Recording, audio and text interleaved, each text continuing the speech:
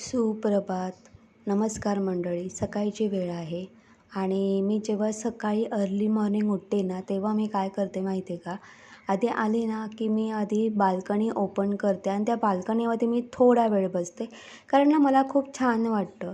आता ही जी बाल्कनी आहे ना, या बाल्कनीमधली ही हिरवीगार झाडं, या झाडांकडे ना बघून म्हणजे मन प्रसन्न होतं आणि खूप छान वाटतं. इथे या बाल्कनीमध्ये इथे मी पक्ष्यांसाठी पाणी ठेवलेलं आहे.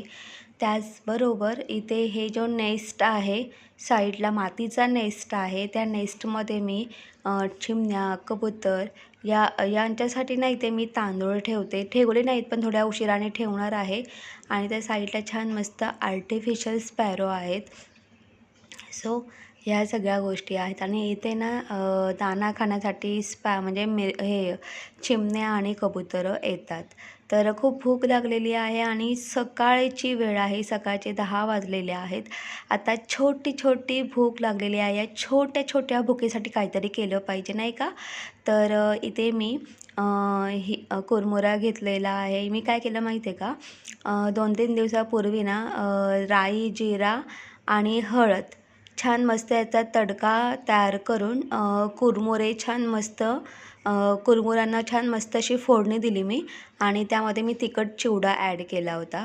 तर तोच हा चिवडा आहे. तर त्यामध्ये मी कांदा आणि टोमॅटो ॲड केलेला आहे बारीक चिरलेलं आणि वरतून मी मॅगी मसाला ॲड करणार आहे. अशी भेळ करून तुम्ही खा. खूप छान आणि टेस्टी लागते. खूप छान मस्त चव लागते. त्यानंतर ही पुडी फोडली रे फोडली तितक्यात आमचे महाशय धावत आले. आणि अजून एक गोष्ट सांगते की मी मॅगी मसाला कशातही टाकायला लावला की ज्ञानेशला तिथे ज्ञानेश हजीरच असतो. त्यातला ना टेस्ट करायचा असतो.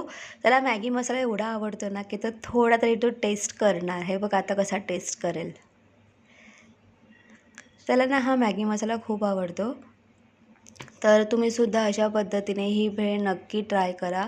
खूप छान आणि मस्त लागते. तर चला नेक्स्ट व्हिडिओमध्ये भेटूयात.